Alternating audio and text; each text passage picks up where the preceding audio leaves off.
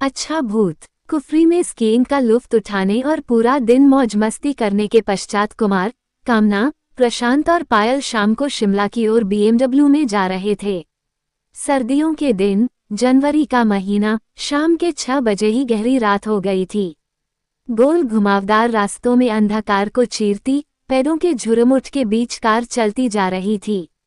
सैलानी ही इस समय सड़कों पर कार चलाते नजर आ रहे थे। टूरिस्ट टैक्सियां भी वापस शिमला जा रही थी। कुफरी की ओर इक्का दुक्का कारें ही जा रही थी।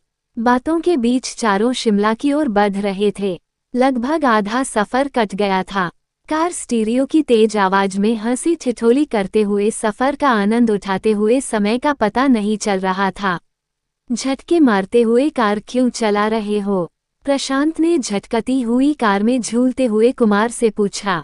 प्रशांत भाई, मैं तो कार ठीक चला रहा हूँ, मालूम नहीं यह अचानक से झटके क्यों खा रही है? कुमार ने झटके खाती कार को संभालते हुए कहा।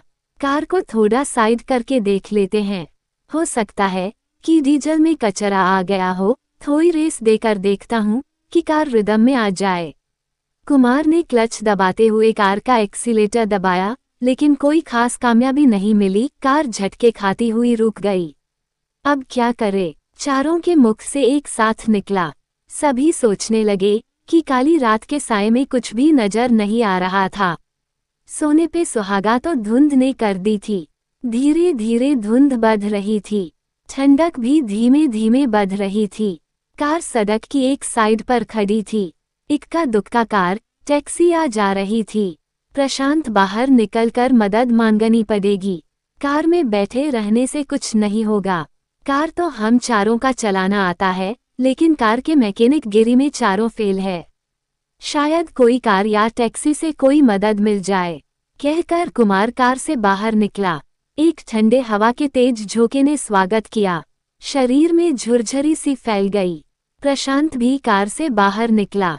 पायल और कामना कार के अंदर बैठे रहे। ठंड बहुत अधिक थी। दिल्ली निवासियों कुमार और प्रशांत की झुरझरी निकल रही थी। दोनों की हालात दयनीय होने लगी। थोड़ी देर खड़े रहे तो हमारी कुल्फी बन जाएगी, कुमार ने प्रशांत से कहा। ठीक कह रहे हो, लेकिन कर भी क्या सकते हैं? प्रशांत ने जैकेट की टोपी को ठीक करते हुए कहा। लिफ्ट मांगकर शिमला चलते हैं, कार को यहीं छोड़ते हैं। सुबह शिमला से मैकेनिक ले आएंगे, कुमार ने सलाह दी। ठीक कहते हो। रात का समय था। गाड़ियों की आवाजाही नगण्य थी। काफी देर बाद एक कार आई। उनको कार के बारे में कुछ नहीं मालूम था। वैसे भी कार में 5 सवारियां थी। कोई मदद नहीं मिली। 2-3 कारें और आई, लेकिन सभी में पूरी सवारियां थी। कोई लिफ्ट न दे सका। एक टैक्सी रुकी। ड्राइवर ने कहा, जनाब मारुति, होंडा, टोयोटा की कार होती तो देख लेता, ये तो बीएमडब्ल्यू है, मेरे बस की बात नहीं है। एक काम कर सकते हो, टैक्सी में एक सीट खाली है। पति पत्नी कुफरी से लौटकर शिमला जा रहे हैं।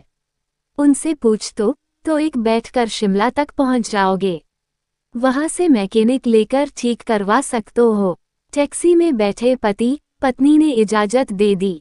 कुमार टैक्सी में बैठकर शिमला की ओर रवाना हुआ। प्रशांत कार में बैठ गया।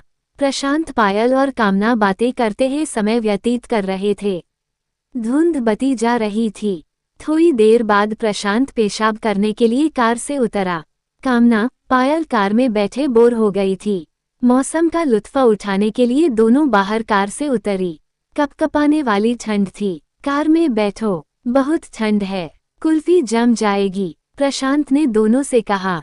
बस 2 मिनट मौसम का लुत्फ लेने दो, फिर कार में बैठते हैं, पायल और कामना ने प्रशांत को कहा। भूतिया माहौल है, कार में बैठते हैं, प्रशांत ने कहा। प्रशांत की बात सुनकर पायल खिलखिलाकर हंस दी। भूतिया माहौल नहीं, मुझे तो फिल्मी माहौल लग रहा है। किसी भी फिल्म की शूटिंग के लिए परफेक्ट लोकेशन है। काली अंधेरी रात, धुंध के साथ सुनसान पहाड़ी सड़क, हीरो हीरोइन का रोमांटिक मूड, सेंसुअस सॉन्ग। कौन सा गीत याद आ रहा है? तुम दोनों गाओ। मेरा रोमांटिक पार्टनर तो मैकेनिक लेने गया है, कामना ने ठंडी आह भर कर कहा। तीनों हंस पड़े। तीनों अपनी बातों में मस्त थे। उनको मालूम ही नहीं पड़ा कि कोई उनके पास आया है। एक शख्स जिसने केवल टी शर्ट पैंट पहनी हुई थी प्रशांत के पास आकर बोला, आपके पास क्या माचिस है? इतना सुनकर तीनों चौंक गए। जहां तीनों ठंड में कांप रहे थे वही वह शख्स केवल टी शर्ट और पैंट पहने खड़ा था। कोई ठंड नहीं लग रही थी उसे। प्रशांत ने उसे ऊपर से नीचे तक गौर से देखकर कहा, आपको ठंड नहीं लग रही क्या? उसने प्रशांत के इस प्रश्न का कोई उत्तर नहीं दिया बल्कि बात करने लगा, आप भूतिया माहौल की अभी बातें कर रहे थे। क्या आप भूतों में विश्वास करते हैं? क्या आपने कभी भूत देखा है? नहीं, दिल्ली में रहते हैं, न तो कभी देखा है और न कभी विश्वास किया है भूतों पर। प्रशांत ने कहकर पूछा, क्या आप विश्वास करते हैं? हम पहाड़ी आदमी हैं, हर पहाड़ी भूतों को मानता है, उनका अस्तित्व होता है। उस शख्स की भूतों की बातें सुनकर कामना और पायल से रहा नहीं गया।